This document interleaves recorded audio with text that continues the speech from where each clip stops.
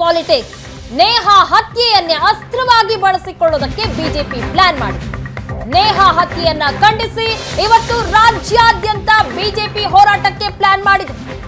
ನೇಹಾ ಹತ್ಯೆಯನ್ನೇ ಅಸ್ತ್ರವಾಗಿ ಬಳಸಿಕೊಳ್ಳುವುದಕ್ಕೆ ಬಿಜೆಪಿಯ plan. JP Nadda ನೇತೃತ್ವದಲ್ಲಿ ಕೋರ್ ಕಮಿಟಿ ಸಭೆಯಲ್ಲಿ ಈ ಬಗ್ಗೆ ಚರ್ಚೆ ಆಗಿದೆ. ಚುನಾವಣೆ ಕಾವು ತಣ್ಣಗಾಗದಂತೆ ನೋಡಿಕೊಳ್ಳುವುದಕ್ಕೆ ತಂತ್ರಗಾರಿಕೆಯನ್ನ ಹೆಣೆಯಲಾಗಿದೆ. ಧಾರವಾಡ ಜೊತೆಗೆ ಬೇರೆ ಕಡೆ ಸಹ ಲಾಭ ಮಾಡಿಕೊಳ್ಳುವುದಕ್ಕೆ ಪ್ಲಾನ್. ಸಿಎಂ ಹಾಗೂ ಗೃಹ ಸಚಿವರ ಹೇಳಿಕೆಗಳನ್ನೇ ಅಸ್ತ್ರವಾಗಿಸಿಕೊಳ್ಳುವುದಕ್ಕೆ ಪ್ಲಾನ್ ಮಾಡಿದ್ದಾರೆ. ಕಾಂಗ್ರೆಸ್ ನಾಯಕರನ್ನ ಇಕ್ಕಟ್ಟಿಗೆ ಸಿಲುಕಿಸುವುದಕ್ಕೆ ಬಿಜೆಪಿಯ ರಣತಂತ್ರ ಇದೆ. ಜೆಪಿ ನಡ್ಡಾ ಅವರ ನೇತೃತ್ವದಲ್ಲಿ ಕೋರ್ ಕಮಿಟಿ ಸಭೆಯಲ್ಲಿ ಈ ಬಗ್ಗೆ ಚರ್ಚೆಗಳಾಗಿದೆ. ಕಾಂಗ್ರೆಸ್ ಹಿಂದೂ ವಿರೋಧಿ ಅಂತ ಬಿಂಬಿಸುವುದಕ್ಕೆ ಬಿಜೆಪಿಯಿಂದ ಸಿದ್ಧತೆ. ಅಮಿತ್ ಶಾರನ್ನು ಚುನಾವಣಾ ಅಖಾಡಕ್ಕಿಳಿಸುವುದಕ್ಕೆ ಈಗಾಗಲೇ ಪ್ಲಾನ್ ಮಾಡಲಾಗಿದೆ. ಹುಬ್ಬಳ್ಳಿಯಲ್ಲಿ ಬೃಹತ್ ರೋಡ್ ಶೋಗೆ ಬಿಜೆಪಿ ತಯಾರಿಯನ್ನ ನಡೆಸ್ತಾ ಇದೆ. ಬಿಜೆಪಿ ಪ್ಲಾನ್ನಿಂದ ಅಡಕತ್ತರಿಯಲ್ಲಿ ಸಿಲುಕುತ್ತಾ ಹಾಗಾದ್ರೆ ಕಾಂಗ್ರೆಸ್.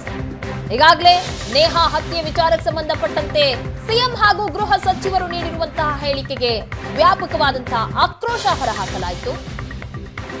ಈ ವಿಚಾರವನ್ನು ಸಹ ಅಸ್ತ್ರವಾಗಿಟ್ಟುಕೊಳ್ಳೋದಕ್ಕೆ ಬಿಜೆಪಿ ಪ್ಲಾನ್ ಮಾಡಿದೆ. ಜೊತೆಗೆ ಅಮಿತ್ ಶಾ ಅವರನ್ನ ಚುನಾವಣಾ ಅಖಾಡಕ್ಕಿಳಿಸೋದಕ್ಕೆ ಪ್ಲಾನ್, ಅಂದ್ರೆ ಹುಬ್ಬಳ್ಳಿಯಲ್ಲಿ ಬೃಹತ್ ರೋಡ್ ಶೋ ಮಾಡೋದಕ್ಕೆ ಬಿಜೆಪಿ ತಯಾರಿಯನ್ನ ನಡೆಸ್ತಾ ಇದೆ. ಬಿಜೆಪಿಯ ಈ ಎಲ್ಲಾ ಪ್ಲಾನ್ಗಳು ಸಹ ಕಾಂಗ್ರೆಸ್ಗೆ ಕಂಟಕವಾಗುತ್ತಾ ಹಾಗಾದ್ರೆ? ಚುನಾವಣೆ ಕಾವು ಯಾವುದೇ ರೀತಿಯೂ ಸಹ ತಣ್ಣಗೆ ಆಗಬಾರದು ಅನ್ನುವ ನಿಟ್ಟಿನಲ್ಲಿ ರಣತಂತ್ರವನ್ನ ಹೆಣೆಯಲಾಗಿದೆ. ನಿನ್ನೆ ನಡೆದಂತಹ ಕೋರ್ ಕಮಿಟಿ ಸಭೆಯಲ್ಲಿ ಈ ಬಗ್ಗೆ ಕಂಪ್ಲೀಟ್ ಆದಂತಹ ಚರ್ಚೆ ಆಗಿದೆ.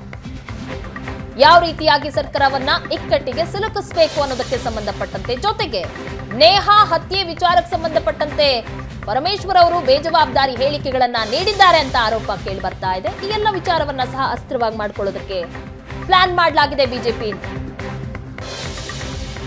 ಈ ಬಗ್ಗೆ ಹೆಚ್ಚಿನ ಡೀಟೇಲ್ಸ್ ಕೊಡ್ತಾರೆ ನಮ್ಮ ಪ್ರತಿನಿಧಿ ಗುರುರಾಜ್, ನೇರ ಸಂಪರ್ಕದಲ್ಲಿ ಜಾಯಿನ್ ಆಗಿದ್ದಾರೆ. ಗುರುರಾಜ್, ನೇಹಾ ಹತ್ಯೆ ವಿಚಾರಕ್ಕೆ ಸಂಬಂಧಪಟ್ಟಂತೆ ಪರಮೇಶ್ವರ್ ಅವರು ಹಾಗೆ ಸಿಎಂ ಸಿದ್ದರಾಮಯ್ಯ ಅವರು ನೀಡಿರುವಂತಹ ಹೇಳಿಕೆ ಆಕ್ರೋಶಕ್ಕೆ ಕಾರಣ ಆಯಿತು. ಈಗ ಬಿಜೆಪಿಗೆ ಅದೇ ದೊಡ್ಡ ಅಸ್ತ್ರವಾಗತ್ತಾ? ಇದೇ ಅಸ್ತ್ರವನ್ನ ಇಟ್ಕೊಂಡು ಏನೆಲ್ಲ ಪ್ಲಾನ್ ಮಾಡಿಕೊಳ್ಳಲಾಗಿದೆ ಹುಬ್ಬಳ್ಳಿ ಧಾರವಾಡದಲ್ಲಿ ಅಂತ? ಪ್ರಗತಿ ಏನಂತ ಹೇಳಿದ್ರೆ, ನೇಹಾ ಹಿರೇಮಠ್ ಹತ್ಯೆಯನ್ನ ಖಂಡಿಸಿ ಈಗಾಗಲೇ ವ್ಯಾಪಕವಾದಂತಹ ಪ್ರತಿಭಟನೆಗಳು, ಹೇಳಿಕೆಗಳು ಕೇಳಿ ಬರ್ತಾ ಇದೆ. ಅಷ್ಟೇ ಅಲ್ಲ, ನೇಹಾ ಕುಟುಂಬಕ್ಕೆ ನ್ಯಾಯ ಸಿಗಬೇಕು, ನೇಹಾಳ ಸಾವಿಗೆ ನ್ಯಾಯ ಸಿಗಬೇಕು ಅಂತೇಳಿ ಪಕ್ಷಾತೀತವಾಗಿ ಎಲ್ಲ ಮುಖಂಡರುಗಳು ಕೂಡ ನೇಹಾ ಕುಟುಂಬನ ಭೇಟಿಯಾಗಿ ಸಾಂತ್ವನವನ್ನು ಹೇಳ್ತಾ ಇದ್ದಾರೆ. ಇದರ ಮಧ್ಯದಲ್ಲಿ ಕೂಡ ಬಿಜೆಪಿ ನಿನ್ನೆ ರಾಷ್ಟ್ರೀಯ ಅಧ್ಯಕ್ಷ ಜೆಪಿ ನಡ್ಡಾ ಅವರು ಹುಬ್ಬಳ್ಳಿಗೆ ಬಂದಿದ್ರು ಚುನಾವಣಾ ಪ್ರಚಾರಾರ್ಥವಾಗಿ. ಆ ಹಿನ್ನೆಲೆಯಲ್ಲಿ ಒಂದು ಕೋರ್ ಕಮಿಟಿ ಸಭೆ ಕೂಡ ನಡೆಯಿತು. ದಾವಣಗೆರೆ, ಹಾವೇರಿ ಮತ್ತು ಧಾರವಾಡ ಲೋಕಸಭಾ ಕ್ಷೇತ್ರದ ಮುಖಂಡರುಗಳನ್ನ ಕರೆಸಿ ಒಂದು ಕೋರ್ ಕಮಿಟಿ ಸಭೆಯನ್ನ ಮಾಡಿದ್ರು. ಆ ಸಭೆಯಲ್ಲಿ ಫೀಡ್ಬ್ಯಾಕ್ ಅನ್ನ ಆರಂಭದಲ್ಲಿ ನಡ್ಡಾ ಅವರು ತೆಗೆದುಕೊಂಡ್ರು. ಕ್ಷೇತ್ರದಲ್ಲಿ ಯಾವ ರೀತಿ ಪ್ರಚಾರ ನಡೀತಾ ಇದೆ, ಮತದಾರರ ಒಲವು ಯಾವ ರೀತಿ ಇದೆ, ಪ್ರತಿಪಕ್ಷಗಳು ಏನು ಸ್ಟ್ರಾಟಜಿಯನ್ನು ಮಾಡಿಕೊಂಡಿವೆ, ಅಂದ್ರೆ ಬಿಜೆಪಿಯ ಸ್ಟ್ರಾಟಜಿ ಏನಾಗಿದೆ, ಅಸಮಾಧಾನಗಳು ಎಲ್ಲೆಲ್ಲಿದೆ ಅನ್ನುವಂತ ಎಲ್ಲ ಪಿನ್ ಟು ಪಿನ್ ಮಾಹಿತಿಯನ್ನ ಸಂಗ್ರಹಿಸಿದ ನಂತರ ನೇಹಾಳ ವಿಚಾರವನ್ನ ನಡ್ಡಾ ಅವರು ಪ್ರಸ್ತಾಪಿಸಿದರೆ, ಈ ಒಂದು ಪ್ರಕರಣದಲ್ಲಿ ಈಗಾಗಲೇ ಸರ್ಕಾರ ತಪ್ಪಾಗಿ ಹೇಳಿಕೆಗಳನ್ನು ನೀಡಿ ಮುಜುಗರಕ್ಕೊಳಗಾಗಿದೆ. ಇದನ್ನೇ ಚುನಾವಣಾ ಅಸ್ತ್ರವನ್ನಾಗಿ ಮಾಡ್ಕೋಬೇಕು. ರಾಜ್ಯದಲ್ಲಿ ಕಾನೂನು ಸುವ್ಯವಸ್ಥೆ ದೃಷ್ಟಿಯಿಂದ ಗೃಹ ಸಚಿವರು ನೀಡಿದಂತಹ ಹೇಳಿಕೆ ಮತ್ತು ಮುಖ್ಯಮಂತ್ರಿಗಳು ನೀಡಿದಂತಹ ಹೇಳಿಕೆ ಸಾಕಷ್ಟು ಟೀಕೆಗೆ ಗುರಿಯಾಗಿದೆ. ಸ್ವತಃ ನೇಹಾಳ ಕುಟುಂಬದವರೇ ಇದರ ವಿರುದ್ಧ ಆಕ್ರೋಶವನ್ನು ವ್ಯಕ್ತಪಡಿಸಿದ್ದಾರೆ. ಹಾಗಾಗಿ ಇದನ್ನು ಒಂದು ಚುನಾವಣಾ ಅಸ್ತ್ರವನ್ನಾಗಿ ಬಳಸಿಕೊಳ್ಳಬೇಕು ಅನ್ನುವಂತ ಮಾತು, ಸಲಹೆಗಳನ್ನ ಅಲ್ಲಿ ಸಭೆಯಲ್ಲಿದ್ದಂತಹ ಮುಖಂಡರು ವ್ಯಕ್ತಪಡಿಸಿದಾಗ ಅದಕ್ಕೆ ನಡ್ಡಾ ಅವರು ಕೂಡ ಸಮ್ಮತಿಯನ್ನ ಸೂಚಿಸಿದರು ಅಂತ ಹೇಳಲಾಗ್ತಾ ಇದೆ. ಅಷ್ಟೇ ಅಲ್ಲ, ಈ ವಿಚಾರವಾಗಿ ಈಗಾಗಲೇ ಬಿಜೆಪಿ ಮತ್ತು ರಾಜ್ಯವ್ಯಾಪ್ತಿ ಪ್ರತಿಭಟನೆಗೆ ಕೂಡ ಕರೆ ನೀಡಿದೆ. ಈಗಾಗಲೇ ಹುಬ್ಬಳ್ಳಿಯಲ್ಲೂ ಕೂಡ ವಿವಿಧ ಸಂಘಟನೆಗಳ ಪ್ರತಿಭಟನೆ ಜೊತೆಗೆ ಬಿಜೆಪಿ ನಾಯಕರುಗಳು ಕೂಡ ಇನ್ನೇನು ಕೆಲವೇ ನಿಮಿಷಗಳಲ್ಲಿ ಬೀದಿಗಿಳಿದು ಪ್ರತಿಭಟನೆಯನ್ನು ಮಾಡೋರಿದ್ದಾರೆ. ಹಾಗಾಗಿ ಚುನಾವಣೆ ಅಂದ್ರೆ ಮತದಾನದ ಹಂತದವರೆಗೂ ಕೂಡ ಈ ಕಾವನ್ನು ಹಾಗೆ ಕಾಯ್ದಿರಿಸಿಕೊಳ್ಳಬೇಕು. ಸರ್ಕಾರ ನೇಹಾ ಹತ್ಯೆ ಪ್ರಕರಣದಲ್ಲಿ ಯಾವ ರೀತಿ ಬೇಜವಾಬ್ದಾರಿತನ ತೋರಿದೆ ಅದನ್ನ ಎನ್ಕ್ಯಾಶ್ ಮಾಡಿಕೊಳ್ಳಲಿಕ್ಕೆ ಬಿಜೆಪಿ ತನ್ನ ಸ್ಟ್ರಾಟಜಿಯನ್ನ ಮಾಡ್ತಾ ಇದೆ. ಅಷ್ಟೇ ಅಲ್ಲ, ನಾಯಕರುಗಳ ಹೇಳಿಕೆಗಳಾಗಿರ್ಬೋದು, ಪ್ರತಿಭಟನೆಗಳಾಗಿರ್ಬೋದು, ಕ್ಯಾಂಡಲ್ ಮಾರ್ಚಸ್ ಆಗಿರ್ಬೋದು, ಜೊತೆಗೆ ಎಬಿವಿಪಿ ವಿದ್ಯಾರ್ಥಿ ಸಂಘಟನೆಗಳೇನು ಪ್ರತಿಭಟನೆ ಮಾಡ್ತವೆ ಅದಕ್ಕೆ ಬಿಜೆಪಿ ಪೂರಕವಾಗಿ ಯಾವ ರೀತಿ ಒಂದು ಸ್ಟ್ರಾಟಜಿಯನ್ನ ಮಾಡಬೇಕು ಅನ್ನುವಂತ ಕ್ಯಾಲ್ಕುಲೇಷನ್ಸ್ ಅನ್ನ ಕೆಲ ಮುಖಂಡರುಗಳು ವ್ಯಕ್ತಪಡಿಸಿದಾಗ ಅದಕ್ಕೆ ಸಭೆಯಲ್ಲೂ ಕೂಡ ಹೌದು, ಈ ವಿಚಾರ ಸರ್ಕಾರ ಏನು ತಪ್ಪು ಮಾಡಿದೆ, ಹಾಗಾಗಿ ಈ ವಿಚಾರವನ್ನು ಚುನಾವಣಾ ಅಸ್ತ್ರವನ್ನಾಗಿ ಮಾಡಿಕೊಳ್ಬೇಕು ಅನ್ನುವಂತ ಲೆಕ್ಕಾಚಾರದಲ್ಲಿ ಬಿಜೆಪಿ ನಾಯಕರುಗಳಿದ್ದಾರೆ. ಅಷ್ಟೇ ಅಲ್ಲ, ಈಗಾಗಲೇ ಜೆಪಿ ನಡ್ಡಾ ಅವರು ಬಂದು ಧಾರವಾಡ ಜಿಲ್ಲೆ ಸೇರಿದಂತೆ 3 ಲೋಕಸಭಾ ಕ್ಷೇತ್ರಗಳ ಒಂದು ಗ್ರೌಂಡ್ ರಿಪೋರ್ಟ್ ಅನ್ನು ತೆಗೆದುಕೊಂಡು ಹೋಗಿದ್ದಾರೆ. ಅದು ಅಲ್ಲಿ ನಂತರ ಕೇಂದ್ರ ನಾಯಕರ ಜೊತೆ ಚರ್ಚೆ ಆದ ನಂತರ ಅಮಿತ್ ಶಾ ಅವರನ್ನು ಕೂಡ ಹುಬ್ಬಳ್ಳಿಗೆ ಕರೆಸಿ ಬೃಹತ್ ಒಂದು ರೋಡ್ ಶೋ ಅನ್ನ ಆರ್ಗನೈಸ್ ಮಾಡಬೇಕು ಅನ್ನುವಂತ ಕ್ಯಾಲ್ಕುಲೇಷನ್ಸ್ ಅನ್ನ, ರಾಜಕೀಯ ಲೆಕ್ಕಾಚಾರಗಳನ್ನ ಬಿಜೆಪಿ ನಾಯಕರುಗಳು ಮಾಡಿಕೊಂಡಿದ್ದಾರೆ. ಮಾಡಿಕೊಂಡಿದ್ದಾರೆ. ಈಗಾಗಲೇ ಏನು ಪರಮೇಶ್ವರ್ ಅವರು ನೀಡಿದ ಹೇಳಿಕೆಗೆ ಅವರ ಕುಟುಂಬ ನಿತ್ಯ ಆಕ್ರೋಶವನ್ನು ವ್ಯಕ್ತಪಡಿಸ್ತಾ ಇದೆ. ಪರಮೇಶ್ವರ್ ಅವರು ನಮ್ಮ ಮಗಳ ಸಾವಿನ ವಿಚಾರದಲ್ಲಿ ಸಂತಾಪ ವ್ಯಕ್ತಪಡಿಸೋದು ಬಿಟ್ಟು ಮತ್ತಷ್ಟು ದುಃಖ ಕೊಡುವಂತ ಹೇಳಿಕೆಗಳನ್ನು ನೀಡಿದ್ರು ಅಂತ ಹೇಳಿ ಸ್ವತಃ ನೇಹಾ ಹಿರೇಮಠಳ ತಂದೆ ನಿರಂಜನ್ ಹಿರೇಮಠ ಆಕ್ರೋಶ ವ್ಯಕ್ತಪಡಿಸಿದರು. ಆ ವಿಚಾರದ ನಂತರ ಬಿಜೆಪಿ ನಾಯಕರು ಫುಲ್ ಆಕ್ಟಿವ್ ಆಗಿದ್ದಾರೆ. ನೇಹಾಳ ಮನೆಗೆ ನಿರಂತರವಾಗಿ ಭೇಟಿ ಕೊಡುವಂತದ್ದು ನಿತ್ಯ.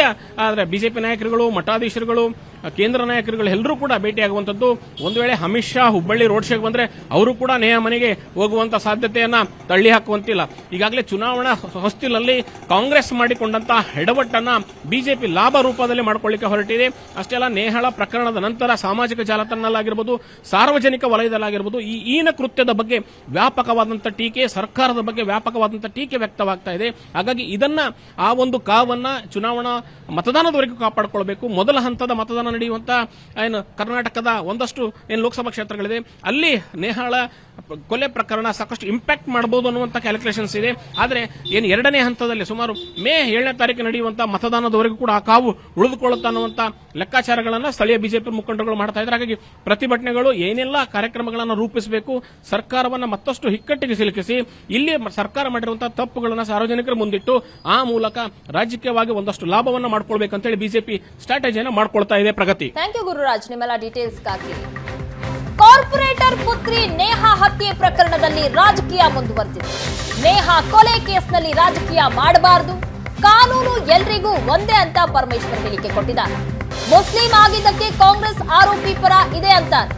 ಯಾವ ಧರ್ಮಕ್ಕಾದರೂ ಕಾನೂನು ಒಂದೇ, ಕಾನೂನು ಬಿಟ್ಟು ಏನು ಮಾಡೋದಕ್ಕೆ ಆಗೋದಿಲ್ಲ. ನೇಹಾ ಕೇಸ್ ಸಿಬಿಐಗೆ ಕೊಡುವಂತ ವಿಚಾರ ಅಲ್ಲ. ಆರೋಪಿ ಸಿಕ್ಕಿದ್ದಾನೆ, ಒಂದೇ ಗಂಟೆಯಲ್ಲಿ ಆತನನ್ನ ಬಂಧಿಸಲಾಗಿದೆ. ಕಾನೂನು ಪ್ರಕಾರ ಅವನಿಗೆ ಶಿಕ್ಷೆ ಆಗಬೇಕು, ಆಗುತ್ತೆ ಅಂತ ಹೇಳಿದ್ದಾರೆ. ಇದನ್ನು ರಾಜಕೀಯವಾಗಿ ಬಳಸ್ತಾ ಇದ್ದಾರೆ. ನಾನು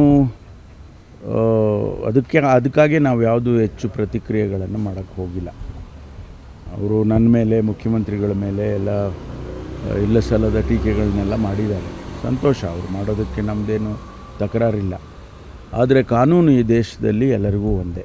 ಕಾನೂನು ನನಗೆ ಮಾತ್ರ ಬೇರೆ ಇರೋದಿಲ್ಲ, ಇನ್ನೊಬ್ಬರಿಗೆ ಮಾತ್ರ ಬೇರೆ ಇರೋದು. ಕಾನೂನಿನ ಪ್ರಕಾರ ಅವ್ರು ಯಾರೇ ಆಗಲಿ, ಹಿಂದೂ ಆಗಲಿ, ಮುಸಲ್ಮಾನ್ ಆಗಲಿ, ಕ್ರಿಶ್ಚಿಯನ್ ಆಗಲಿ, ಅಥವಾ ಯಾವುದೇ ಧರ್ಮ ಜಾತಿಗೆ ಸೇರಿದವರಾಗಲಿ, ಕಾನೂನು ಒಂದೇ ಇರೋದರಿಂದ ನಾವು ಕಾನೂನು ಪ್ರಕಾರ ಖಂಡಿತವಾಗಿ ಕ್ರಮ ತಗೊಳ್ತೀವಿ ಅಂತ ಹೇಳಿದ್ದೇನೆ. ಅವನು ಮುಸಲ್ಮಾನ್ ಆಗಿರೋದ್ರಿಂದ ಅವರಿಗೆ ಸಾಫ್ಟ್ ಕಾರ್ನರ್ ತೋರಿಸ್ತಿದ್ದಾರೆ ಹಾಗೆ ಅಂತ. ಅದರ ಅವಶ್ಯಕತೆ ಏನಿದೆ ನಮಗೆ ಅಂತ. ಅವನು ಒಬ್ಬ ಇಂಡಿವಿಜುವಲ್, ಅವನು ಮರ್ಡ್ರ್ ಮಾಡಿದ್ದಾನೆ. ಅವನು ಮರ್ಡ್ರ್ ಮಾಡಿದ್ದಕ್ಕೆ ಕಾನೂನಿನಲ್ಲಿ ಅವನಿಗೆ ಶಿಕ್ಷೆ ಆಗಬೇಕು ಅಂತಿದೆ. ಆ ಶಿಕ್ಷೆ ಆಗೋದಕ್ಕೆ ನಾವು ವ್ಯವಸ್ಥೆಯಲ್ಲಿ, ಅಂದರೆ ಪೊಲೀಸ್ ಇಲಾಖೆಯಲ್ಲಿ ಏನು ಮಾಡಬೇಕು ಅಂತೇಳಿ ಮಾಡ್ತಾ ಇದ್ದಾರೆ.